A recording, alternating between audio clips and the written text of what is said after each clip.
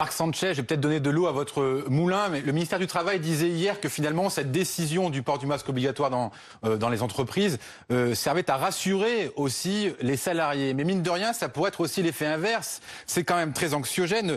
N'y a-t-il pas trop de règles sanitaires? Perd-on pas aussi en liberté individuelle? Il y a deux niveaux de psychose par rapport à l'annonce qui a été faite. La première psychose, elle va être économique.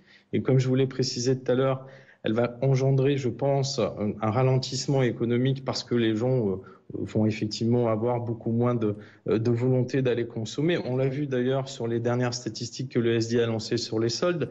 Et la seconde, effectivement, c'est au niveau de nos salariés quand ils vont rentrer.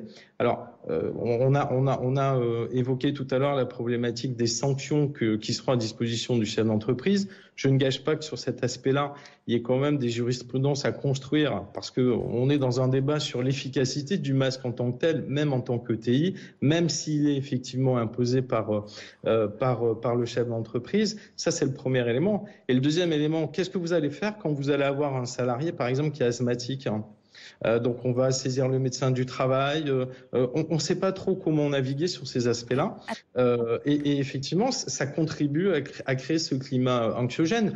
On peut parler aussi des salariés qui travaillent dans des conditions difficiles. Je pense notamment au métier du bâtiment, où vous travaillez actuellement même encore dans des chaleurs relativement insupportables. Là, le port du masque, ça n'aide pas. Ça nuit aussi à la productivité de l'entreprise. Il faut le considérer aussi. Et donc forcément, toutes ces questions-là aujourd'hui restent en suspens et demandent des éclaircissements qu'on n'a pas. C'est peut-être un terrain d'entente avec vous, Benjamin Amar. Est-ce que vous aussi, vous pensez à la CGT que ça peut être difficile